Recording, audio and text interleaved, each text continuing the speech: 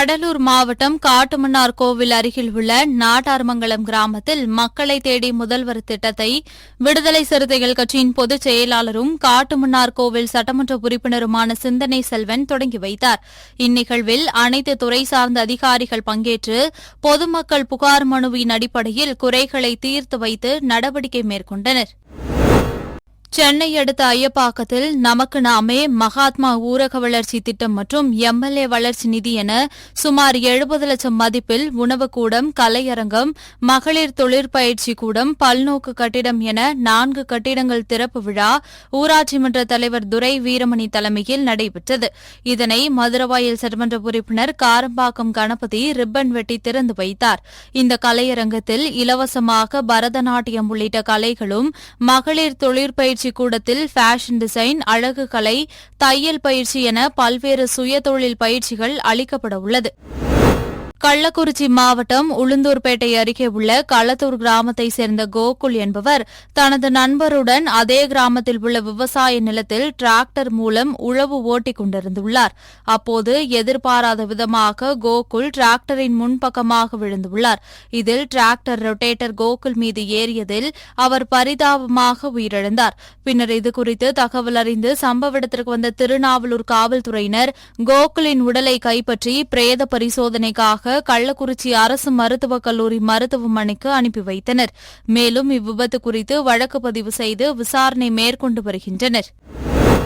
உயிருக்கு மிகவும் ஆபத்தை விளைவிக்கும் ஆப்பிரிக்கன் கெளுத்தி மீன்களை சாப்பிடுவதால் புற்றுநோய், இரத்த சோகை, தோலரிப்பு உள்ளிட்ட பல்வேறு நோய் உபாதைகளுக்கு ஆளாகி வருகின்றனர். இந்நிலையில் ஆப்பிரிக்கன் வகை கெளுத்தி மீன்களை ஊடுருவலை போர்க்கால அடிப்படையில் தடுக்க கோரி சேலம் கோட்டை மைதானத்தில் போராட்டம் நடைபெற்றது. இந்த போராட்டத்தில் வழக்கறிஞர்கள், விவசாயிகள், பொதுமக்கள் என 100க்கும் மேற்பட்டோர் கலந்து கொண்டு பொதுமக்களின் உயிருக்கு ஆபத்தை விளைவிக்கும் ஆப்பிரிக்கன் வகை கெளுத்தி மீன்களை அழிக்க நடவடிக்கை எடுக்க வேண்டும் என்று கண்டன கோஷங்களை எழுப்பி பேரணியாக சென்று மாவட்ட ஆட்சியரிடம் மனு அளித்தனர். தூத்துக்குடியில் உள்ள அரசு உதவி பெறும் காமராஜர் கல்லூரியில் அரசு நிர்ணயம் செய்த கட்டணத்தை விட அதிக அளவு கட்டணம் வசூல் செய்வதாக கல்லூரி மாணவ மாணவிகள் தொடர் போராட்டத்தில் ஈடுபட்டனர். இதைத் தொடர்ந்து கல்லூரி நிர்வாகம் போராட்டத்தில் ஈடுபட்ட 3 மாணவர்களை கல்லூரியிலிருந்து நீக்கம் செய்து உத்தரவு பிறப்பித்தது.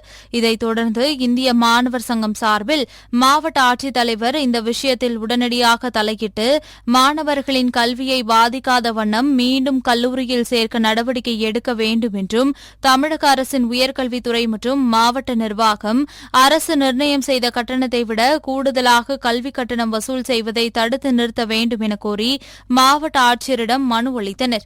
தூத்துக்குடி மாவட்டம் காமராஜர் கல்லூரியில் சமீப காலமாக கல்வி கட்டண உயர்வை கண்டித்து மாணவர்கள் போராடியதன் பெயரில் அதில் கல்லூரியில் இருந்து 11 பேரை இடைநீக்கம் மற்றும் 3 பேரை நிரந்தர நீக்கம் என்று நீக்கியுள்ளனர். இது எதுக்காக அப்படின்னு சொல்லி கேட்டா அப்படின்னா, போராட்டத்துல மாணவர்கள் ஈடுபட்டு இருக்காங்க. அது போக என்ன ஒரு காரணம் அப்படின்னு சொல்றாங்க அப்படின்னா, பொது இடங்களை சேதப்படுத்திருக்கிறாங்க கல்லூரி இதை அப்படிங்கிற மாதிரி சொல்லியிருக்காங்க. இதை ஆர்டிஓ சார் அவங்க தலைமையில ஒரு விசிட் பண்ணி பார்த்ததுல என்ன சொல்லியிருக்காங்க அப்படின்னா, இது ஒரு பொய்யான தகவல். இப்படி பொய்யான தகவலா இருக்க சில ஏன் இந்த மாதிரி பொய்யான தகவலை சித்தரிக்கிறீங்க பெற்றோர்களிடம் அப்படிங்கிற கேட்டதுல இப்ப என்ன சொல்றாங்க அப்படின்னா, ஒரு பல்வேறு நாட்கள் இடை போயிட்டே இருக்குது. ஒரு 13 நாளாகவே இப்ப இவங்க 3 பேரும் டிஸ்மிஸ்ன்றதுலதான் இருக்கிறாங்க. ஒரு 3 பேர் இல்ல குறிப்பா சொல்ல போனோம் அப்படின்னா, நேசமணி, சந்தன செல்வம், அதுபோக அலெக்சாண்டர், இவங்க 3 பேரை டிஸ்மிஸ் பண்ணியிருக்காங்க. இவங்களை உடனடியா அந்த கல்லூரி நிர்வாகம் உடனடியாக அனுமதிக்கணும். பீகார் மாநிலத்தைச் சேர்ந்த நிக்கில் என்ற இளைஞர் தனது குடும்பத்துடன் ராமேஸ்வரம் ராமநாத சுவாமி திருக்கோவிலுக்கு சுவாமி தரிசனம் மேற்கொள்ள வந்துள்ளார். இந்நிலையில் சுவாமி தரிசனம் மேற்கொள்ள சென்ற அவர்களை பேரிகார்டு தாண்டி உள்ளே வந்ததாக கூறி அங்கு பணியில் இருந்த கோவில் ஊழியர் ஒருவர் தகாத வார்த்தைகளால் பேசியுள்ளார். இதனால் இரு தரப்பினரிடையே வாக்குவாதம் ஏற்பட்டு கைகலப்பாக மாறியுள்ளது. இதில் கோவில் பணியாளர் தாக்கியதில் நிக்கிலுக்கு ரத்த காயம் ஏற்பட்டு ராமேஸ்வரம் அரசு மருத்துவமனையில் சிகிச்சை மேற்கொண்டு பின் ராமேஸ்வரம் கோவில் காவல் நிலையத்தில் சென்று சம்பவம் குறித்து புகார் தெரிவித்துள்ளார். அதன் பேரில் காவல்துறையினர் வழக்கு பதிவு செய்து இரு தரப்பினரிடமும் விசாரணை மேற்கொண்டு வருகின்றனர். வடசென்னை நாடாளுமன்ற உறுப்பினர் கலாநிதி வீராசாமி முயற்சியால் காமராஜர் துறைமுகத்தின் சமூக பொறுப்பு நிதி மற்றும் நமக்கு நாமே திட்டத்தின் மூலம் திருவொற்றியூர் சட்டமன்ற தொகுதிக்குட்பட்ட மணலி சின்னசேக்காடு பகுதியில் உள்ள அரசு உயர்நிலைப் பள்ளி வளாகத்தில் 2.20 கோடி மதிப்பீட்டில் 11 வகுப்பறைகள் கொண்ட 2 மாடி கட்டிடம் கட்டப்பட்டு அதன் திறப்பு விழா நடைபெற்றது. இந்நிகழ்ச்சியில் மாதவரம் சட்டமன்ற உறுப்பினர் சுதர்சனம், வடசென்னை நாடாளுமன்ற உறுப்பினர் கலாநிதி வீராசாமி, திருவொற்றியூர் சட்டமன்ற உறுப்பினர் கே.பி. சங்கர் ஆகியோர் கலந்து கொண்டு பள்ளி கட்டிடத்தை ரிப்பன் வெட்டி குத்துவிளக்கேற்றி மாணவ மாணவிகள் பயன்பாட்டிற்கு திறந்து வைத்தனர். சேலம் மாவட்டம் தாரமங்கலம் பழைய கேஸ் ஆபீஸ் பகுதியைச் சேர்ந்தவர்கள் கந்தசாமி மகாலட்சுமி தம்பதியினர். இந்நிலையில் கந்தசாமி ஆன்லைனில் சூதாட்டம் விளையாடி லட்சக்கணக்கில் பணத்தை இழந்து தெரிந்தவர்களிடம் கடன் வாங்கி விளையாடி வந்துள்ளார். இதனையடுத்து வாங்கிய கடனை திரும்ப செலுத்த தனது பூர்வீக நிலத்தை விற்று அடைத்துள்ளார். இருப்பினும் கடனை முழுமையாக அடைக்க முடியவில்லை. இந்நிலையில் கடன் கொடுத்தவர்கள் கந்தசாமியிடம் பணத்தை திருப்பி கேட்டு தொல்லை கொடுத்துள்ளனர். இதனால் மனமுடைந்த கந்தசாமி வீட்டில் ஒரு அறைக்கு சென்று மின்சார கம்பியை உடலில் சுற்றிக் கொண்டு மின்சாரத்தை பாய்ச்சி தற்கொலை செய்து கொண்டுள்ளார். இதையடுத்து வெகு நேரமாகியும் அறையிலிருந்து கந்தசாமி வெளியே வராததால் சந்தேகமடைந்த அவரது மனைவி ஜன்னல் வழியாக பார்த்தபோது கந்தசாமி உயிரிழந்த நிலையில் தரையில் விழுந்து கிடந்ததை பார்த்து அதிர்ச்சியடைந்தார்.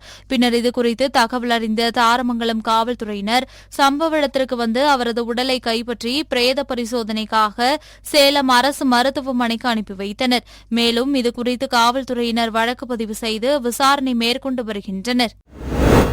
முன்னாள் முதலமைச்சர் கலைஞரின் 101வது பிறந்த நாளை முன்னிட்டு திருவள்ளூர் கிழக்கு மாவட்ட திமுக சார்பில் மாநில அளவிலான கராத்தே போட்டி பெரியபாளையத்தில் நடைபெற்றது. இதில் தமிழகம் மற்றும் ஆந்திர மாநிலத்தைச் சேர்ந்த 450 வீரர் வீராங்கனைகள் கலந்து கொண்டனர். இந்நிகழ்ச்சிக்கு சிறப்பு அழைப்பாளராக கும்மிடிப்பூண்டி சட்டமன்ற உறுப்பினர் கோவிந்தராஜன் கலந்து கொண்டு வெற்றி பெற்ற வீரர் வீராங்கனைகளுக்கு பதக்கங்களை வழங்கி சிறப்புரையாற்றினார்.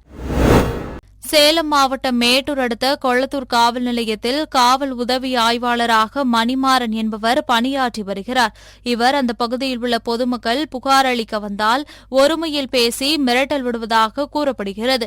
மேலும் பாதிக்கப்பட்ட மக்கள் புகார் அளிக்க வந்தால் புகாருக்கு ஆளான நபர்களை அழைத்து உங்கள் மீது இவர் புகார் அளித்துள்ளார் என்று கூறி அவர்களை தூண்டிவிட்டு தாக்குதல் நடத்தும் வேலையையும் செய்து வந்ததாகவும் கூறப்படுகிறது. இதையடுத்து காவல் ஆய்வாளர் மணிமாறன் மீது உரிய நடவடிக்கை எடுக்க வேண்டும் என்றும் அவரை வேறு மாவட்டத்திற்கு பணியிட மாற்றம் செய்ய வேண்டும் என வலியுறுத்தி மாவட்ட ஆட்சியரிடம் அப்பகுதி மக்கள் மனு அளித்தனர்.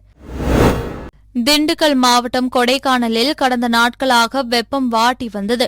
இதையடுத்து இன்று காலை நாயுடுபுரம், செண்பகனூர், ஏரிச்சாலை, கலையரங்கம் பகுதி, அண்ணா சாலை, அப்சர்வேட்டரி, ஆனந்தகிரி உள்ளிட்ட பல்வேறு பகுதிகளில் காற்றுடன் கூடிய சாரல் மழை பெய்தது. இதனால் பொதுமக்களின் இயல்பு வாழ்க்கை பாதிக்கப்பட்டது. தமிழ்நாடு காங்கிரஸ் கமிட்டி தலைவர் செல்வப்பெருந்தகை குறித்து அவதூறாக பேசிய பாஜக மாநில தலைவர் அண்ணாமலையை கண்டித்து மத்திய சென்னை மேற்கு மாவட்ட காங்கிரஸ் கமிட்டி சார்பில் சூளை பேருந்து நிறுத்தம் அருகே முன்னாள் மத்திய சென்னை மேற்கு மாவட்ட காங்கிரஸ் கமிட்டி தலைவர் வீரபாண்டியன் தலைமையில் கண்டன ஆர்ப்பாட்டம் நடைபெற்றது. இந்த ஆர்ப்பாட்டத்தில் ஏராளமானோர் கலந்து கொண்டு அண்ணாமலையை கண்டித்து கோஷங்களை எழுப்பினர். விருதுநகர் மாவட்டம் ராஜபாளையம் தெற்கு காவல் நிலைய சார்பு ஆய்வாளர் கௌதம் விஜய் மற்றும் போலீசார் ராஜபாளையம் புதிய பேருந்து நிலையம் செல்லும் சங்கரன் கோவில் சாலையில் வாகன தணிக்கையில் ஈடுபட்டுக் கொண்டிருந்தனர். அப்போது எதிரே வேகமாக வந்த மோட்டார் சைக்கிளை நிறுத்தி விசாரித்தபோது முன்னுக்கு பின் முரணாக பேசியுள்ளார். இதையடுத்து அவர்களது வாகனத்தை சோதனை செய்ததில் 1 கிலோ 100 கிராம் எடை கொண்ட கஞ்சா பொட்டலம் இருந்தது தெரியவந்தது. பின்னர் ராஜபாளையம் சங்கரன் கோவில் விளக்கு பகுதியைச் சேர்ந்த சபரி, சத்யபிரகாஷ் மற்றும் இந்திரா காலனி சேர்ந்த யோக வசந்த் ஆகிய மூவரையும் கைது செய்து ராஜபாளையம் தெற்கு காவல் நிலையத்தில் விசாரணை மேற்கொண்டு வருகின்றனர். காவிரி ஆற்றில் உடனடியாக தண்ணீர் திறந்துவிட வலியுறுத்தியும் உச்சநீதிமன்ற தீர்ப்பை மதிக்காத கர்நாடக அரசை டிஸ்மிஸ் செய்ய வலியுறுத்தியும் திருச்சி தில்லை நகரில் உள்ள கர்நாடக வங்கி முன்பு தேசிய தென்னிந்திய நதிகள் இணைப்பு விவசாய சங்க தலைவர் ஐயாக்கனு தலைமையில் விவசாயிகள் போராட்டத்தில் ஈடுபட்டனர். பின்னர் இதுகுறித்து தகவல் அறிந்த காவல்துறையினர் ஐயாக்கனு உட்பட 100க்கும் மேற்பட்ட விவசாயிகளை கைது செய்தனர். நீலகிரி மாவட்டம் உதகை மற்றும் அதன் சுற்றுவட்டார பகுதிகளான குந்தா, அவலாஞ்சி, தேவாலா, பந்தலூர், சேரங்காடு, கூடலூர் உள்ளிட்ட பகுதிகளில் நேற்று முதல் தொடர்ந்து மழை பெய்து வருகிறது. இந்த மழையின் காரணமாக பொதுமக்களின் இயல்பு வாழ்க்கை வெகுவாக பாதிக்கப்பட்டுள்ளது. மேலும் மழையின் காரணமாக தாழ்வான பகுதிகளில் வெள்ள நீர் சூழ்ந்துள்ளதால் பாதசாரிகள் மற்றும் வாகன ஓட்டிகள் கடும் அவதிக்குள்ளாகியுள்ளனர். நீலகிரி மாவட்டம் குன்னூர் உபதலை ஊராட்சிக்கு உட்பட்ட கரிமாரஹட்டி குடியிருப்பு பகுதியில் பகல் நேரங்களில் கரடி உலா வருவதால் அப்பகுதி மக்கள் அச்சமடைந்துள்ளனர். மேலும் இப்பகுதியில் உள்ள நாவல் மரத்திலிருந்து பழம் காய்த்து கீழே கொட்டுவதால் அதனை சாப்பிட பகல் நேரத்தில் கரடி வருவதாக அப்பகுதி மக்கள் தெரிவிக்கின்றனர். இதனால் வெளியில் அச்சத்துடன் நடமாட வேண்டிய சூழல் ஏற்பட்டுள்ளதால் வனத்துறையினர் கரடியை கூண்டு வைத்து பிடித்து அடர்ந்த வனப்பகுதியில் விட வேண்டும் என்று அப்பகுதி மக்கள் கோரிக்கை விடுத்துள்ளனர். திருவாரூர் மாவட்டம் மன்னார்குடி அருகே வேங்கைப்புறம் கிராமம் மெயின் ரோட்டில் சிவகுமார் என்பவர் தனது குடும்பத்துடன் வசித்து வருகிறார். இவர் மன்னார்குடி நகர காவல் நிலையத்தில் பணியாற்றி வருகிறார். இவரது மனைவி குழந்தைகளை பள்ளிக்கு அனுப்பி வைப்பதற்காக குளிக்க வைத்துக் கொண்டிருந்தபோது தஞ்சாவூர் மாவட்டம் ஒரத்தநாடு பகுதியிலிருந்து திருவாரூர் மாவட்டம் கூத்தாநல்லூர் அருகே பொதக்குடி பகுதிக்கு வீட்டிற்கு மண் ஏற்றி சென்று கொண்டிருந்த டாரஸ் லாரி ஓட்டுநரின் கட்டுப்பாட்டை இழந்து சிவகுமார் வீட்டுக்குள் புகுந்துள்ளது.